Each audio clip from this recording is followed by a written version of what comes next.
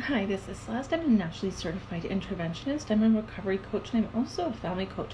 And I wanted to talk to you today about the vicious cycle of the thinking pattern that I'll get sober tomorrow. And who in active addiction hasn't thought this? And thinking either during those first couple of drinks or towards the end of the night when things have gotten really bad, and saying, yeah, I'll get sober tomorrow morning. This is it. I'm getting sober. That's it. I'm never drinking again. And then maybe even in the morning you've got some of that motivation. Yeah, today's the day I'm gonna get sober. And then something happens. You get home from work. You're bored. You've had a good day, bad day, indifferent day, and you start the drinking cycle again. And then think, oh yeah, tomorrow. And oh my God, who hasn't done that in active addiction? I know so many days and nights I did that, and I'll do it tomorrow. And it seems to be this cycle of avoidance and procrastination. And for myself, like so many people in active addiction out there, something really bad had to happen. Or not bad, it was a blessing in disguise. But so many times we do have to have that psychic change, as the big book calls it, where we really end up getting that motivation once and for all that really encourages us to get sober, to get into recovery, and to stay sober and to stay in recovery. And so many times people come to me and say, tell me what I need to do to get sober. And I wish I could wave my magic wand and say, you need to eat olives covered in peanut butter for 6 weeks to get sober and stay sober. Like, I wish there was some magic formula or a wave of the magic wand where I could tell people this is how you do it.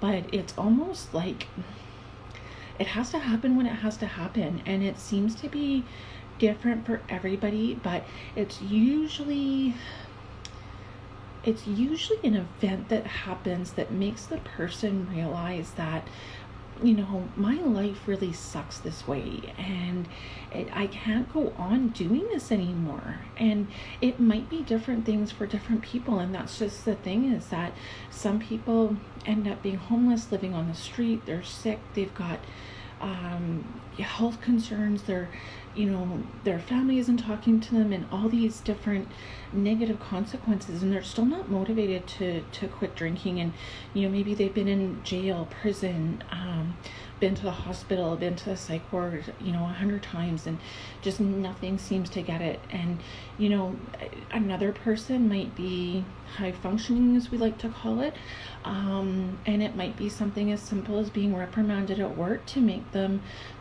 realize that, oh yeah, I need to get my shit together. And so it's not even any one event that happens for people, that it's what it is for you. And as much as I wish I could say that there was some magical answer and some magic formula to get people to be motivated to get into recovery, it is such an intrinsic personal thing, and it's such an intrinsic personal experience that has to happen for each person. Now, having said that, I mean, this is going a little bit off my topic for today, but this is more intrinsic, the intrinsic part of being an active addiction.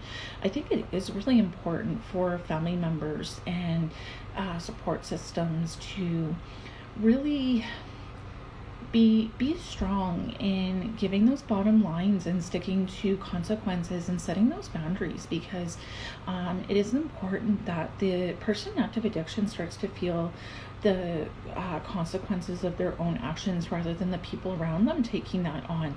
And for me, and I mean, I was like a lot of people too, that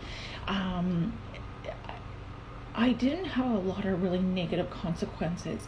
It was more for me a really internal battle with mental health and things like that. But even that wasn't enough of a motivator. I had to start to have some negative consequences from the outside, and I had to have a couple of people say, yeah, that's enough. we've had enough of this. So that's super, super, super important. And, I can say, having come out the other side, that I wish people would have done that sooner and started to give me some negative consequences for my behavior, because I think it would have started to motivate me sooner to get into recovery. I mean, you can't go back and fix it, but that's the reality. And I'm grateful that people set consequences and set boundaries and were able to help me once I was ready to help myself. But I also kind of wish that people would have done it sooner, because there would have been a lot less suffering. So I'm saying that in the hopes that it encourages somebody else, if they're wondering if and when they should step in, do it sooner rather than later, because your person that you love that's an active addiction might feel the same way as I wish they would have done it sooner. But that's a separate issue. If you want more information on that, you can check out some of my other videos on family coaching and interventions, or you can contact me as well to ask more questions. But as for the motivation to get into recovery, if you're that person that is always saying tomorrow, if you feel like you're getting that twinge of motivation, something bad is happening, and you're saying that, yeah, this is bad, I need to get into recovery, just go and do it while you have that motivation. Because a lot of times, and I know this from personal experience too, and I'm sure you do as well, that when that motivation comes, we need to act on it, because that motivation can be so fleeting in those moments, and until the urge to drink or use takes over, and then we're off and running. So I encourage you that if you do have that fleeting moment of motivation, act on it. Call somebody, reach out for help. You can contact me, you can contact your family doctor, which is what I did, and it was an absolute miracle for me. Contact your local crisis line, ER, call your local treatment centers, detox centers, whoever you can find online or whatever. Reach out and ask somebody for help, and if they can't ask or help you, ask for if they know of people who can. So that's my word of encouragement for today. And if you're interested in getting some help recovering from substances, I have a recovery coaching program that I do that helps people to recover from substance use. So we look a lot at urge management, relapse prevention, changing thinking patterns that led us down that dark path in the first place, and looking at some of those patterns and changing some of those patterns is really where I start to see the miracles happen for people. And people that really commit to that process is really where the magic starts to happen for them, and things really start to turn around. We also look a lot at boundary setting, breaking cycles of codependency, building better relationships with better communication, and also planning for the future and taking a lot of what you learn into the program and continuing to build on it and grow and build a strong, solid recovery. So if you're interested in doing this program, I encourage you to go to the caption below, fill out the application, and then we'll get on a call and we'll start to build out an individualized recovery coaching program for you, because that's super important, because no two people are the same. And while a lot of the tools that we'll be looking at are common, that I use for all people, we need to specify those tools for you. So that's what we'll do in the call.